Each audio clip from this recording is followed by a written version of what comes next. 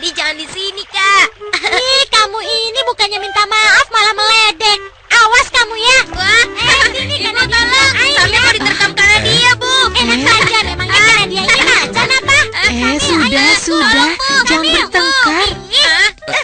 Habis, dia membuat baju Nadia jadi basah, Bu. Maaf deh, Samil kan cuma bercanda. Loh, memangnya ayah dan ibu mau pergi kemana? Ini, ibu bawakan pakaian bersih untuk Samil sholat di masjid bersama ayah. Samil sholat di rumah saja deh, Bu. Seperti ibu dan juga Kak Nadia. Syamil, seutama-utamanya sholat wajib bagi seorang laki-laki muslim adalah di masjid, bukan di rumah. Memangnya kenapa sih ya? Kok harus sholat di masjid segala?